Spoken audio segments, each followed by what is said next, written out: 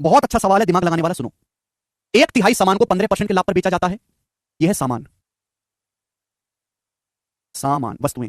एक तिहाई सामान को 15% के लाभ पर बेचा जाता है। एक तिहाई का मतलब 1/3। आपके पास जितना भी सामान है उसका एक तिहाई 15% प्रॉफिट पर बेचा जाता है।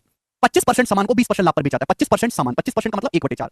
1/4 सामान को 20% लाभ पर बेचा जाता है और बाकी सामान को 20% के लॉस पर बेचा जाता है। बाकी सामान को 20% के लॉस पर बेचा जाता है। यदि पूरे लेन देन में, ओवरऑल ट्रांजैक्शन में 138.5 रुपए का लाभ हो पूरे ट्रांजैक्शन में, तो उस सामान का लागत मूल्य यानी कि क्रिया मूल्य क्या है? इस सवाल में आपको क्या दिया है? पूरे लेन देन में यानी कि सारे सामान को बेचने से आपको 138.5 रुपए का लाभ हुआ, तो आपसे पूछा है सामान का मूल्य यानी कि सामान का सीपी क्रिया मूल्य क्या है। अगर आप ये पता लगा लो कि पूरे सामान को बेचने से आपको परसेंटेज में कितना प्रॉफिट हुआ, तो सवाल सॉल्व हो जाएगा कि नहीं? पिछले सवाल की तरह है यार, रिमेनिंग शब्द तो लगा नहीं है। जब रिमेनिंग शब्द नहीं होता तो हम एलसीएम लेते हैं। एक तिहाई सामान को 15% लाभ पर बेचा गया, एक चौथाई सामान को 20% लाभ पर बेचा गया, तो 3 और 4 दोनों से कटने वाला नंबर, इनका एलसीएम है 12।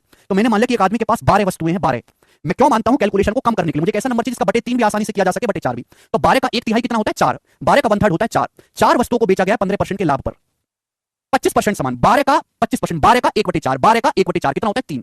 3 वस्तुओं को बेचा गया 20% के लाभ पर, 20% प्रॉफिट पर। बची वस्तुएं कितनी है? 12 में से 4 3 7 बिक गई, 4 3 7 बची 5 12, 4 3 7 5 12, बची 5 वस्तुओं को बेचा गया 20% के लॉस पर, 20% के लॉस पर। तो आप मुझे बताओ पूरे लेन देन में, ओवरऑल ट्रांजैक्शन में कितने परसेंट का प्रॉफिट हुआ? आपको जवाब दो। देखिए 4 का 15 60% प्लस 60 120, 120 माइनस 100, 120 माइनस 100 20%। 20% का प्रॉफिट है मेरे दोस्तों कितने के समान पर? 12। 4 3 7 5 12 के समान पर बटे 12। ये किससे कट जाएगा मेरे दोस्तों? ये आपका 4 से कट जाएगा, 4 पंजे 20, 4 3 12, 5/3%। तो पूरे लेन देन में सभी वस्तुओं पर कुल मिलाकर आपको 5/3% का प्रॉफिट हुआ। ये मैंने निकाल लिया एक ही सेकंड में। जबकि पूरे लेन देन में आपको लाभ कितना हुआ है? पूरे लेन देन में आपको 138.5 रुपए का लाभ हुआ है। आप बोलोगे हाँ जी सर बिल्कुल सही। तो 5/3% की वैल्यू ये, तो 5% की वैल्यू कितनी आ जाएगी? 3 उधर चला जाएगा। ये 5% की वैल्यू कितनी आएगी? 3 उधर चला जाएगा। 138.5 गुणा 3 रुपए, ये 5% की वैल्यू आ गई। आपसे सामान का लागत मूल्य पूछा, लागत मूल्य क्या होता है? 100%। 100% की वैल्यू निकालनी है तो बच्चों दोनों तरफ 20 से गुणा कर दो, दोनों तरफ 20 से गुणा कर दो। आप बोलोगे हाँ जी सर ये 0 से कट जाएगा। तो 1385 का 6 गुना, 1385 का 6 गुना क्या आएगा? 7800 और 510, 8310 रुपए। तो 8310 रुपए सवाल का आंसर है। ऑप्शन नंबर यहां से डी करेक्ट है, डी एकदम सही है, 8310 रुपए।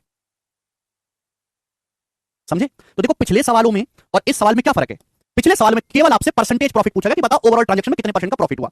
यहां आपको पूछा गया कि टोटल सामान का लागत मूल्य क्या है। तो भाई एक सामान को, जरूरी नहीं कि एक सामान, आप कोई सामान खरीद के लाए, आप दिवाली की आपने दुकान लगाई, सबको दिवाली में मोमबत्ती की, किसी ग्राहक को मोमबत्ती 5 रुपए की बेचते हो, किसी को 7 रुपए की बेचते हो, किसी को 8 रुपए की बेचते हो। हर ग्राहक के हिसाब से अलग अलग दाम पे बेचा जाता है, हर ग्राहक से अलग अलग मुनाफा होता है। ठीक है ना? तो आपने सामान के कुछ टुकड़े करे हैं, उन पे अलग अलग प्रॉफिट हुआ है आपको।